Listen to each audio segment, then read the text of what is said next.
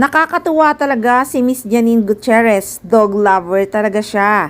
Yung aso kasi ni Charlie Dizon na dinala sa shooting ng kanilang project, tuwang-tuwa talaga siya, pati nga si Agot Isidro tuwang-tuwa sa doggy ni Charlie Dizon.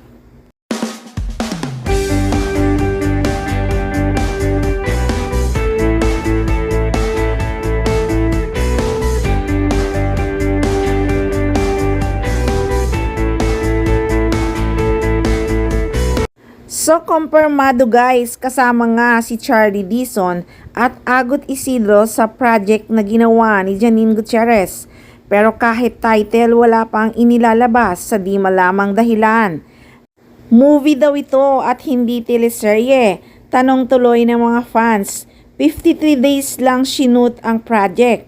Sa bagay, bawat araw ata nakakailang scene sila. Nung last day kasi na halos 6 scene ang nagawa nila. Kaya siguro mabilis din natapos. Sa bagay, si Jericho Rosales nga yung pelikula niyang Quezon, parang 2 buwan lang din ito nag-shooting. Ngayon nga ay malapit nang ipalabas sa mga sinihan sa October 15 na. At halos parang magkasabay lang ang shooting ng pelikula ni Eko na Quezon at ng project ni Janine Gutierrez. At ang balita pa nga noon parang magkapitbahay lang ang place ng pinagsushootingan nilang dalawa. At kaya nga pag may free time sila ay namamasyal sila sa lugar doon. Nakarating pa nga sila ni Eko sa dating bahay ng daddy at mommy ni Janine. Di ba nga nakapost pa yon sa social media nung nakaraang buwan? Sa ngayon ay waiting na lang ang big project ni Janine Gutierrez na ipopost na nga sa social media at nang malaman na kung ano nga ang title nito. May nangyari na kasing rap party, so one of this day malalaman na natin.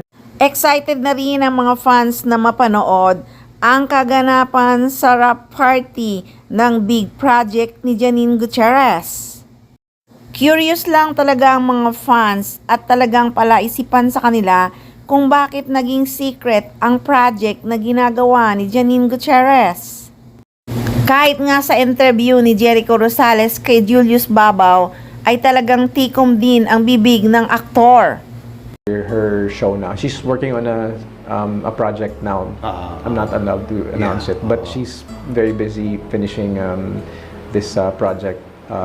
Natapos na ang shooting, nag-rap party na, pero wala pa ring alam ang mga fans kung ano ang title ng movie ginawa ni Janine Gutierrez.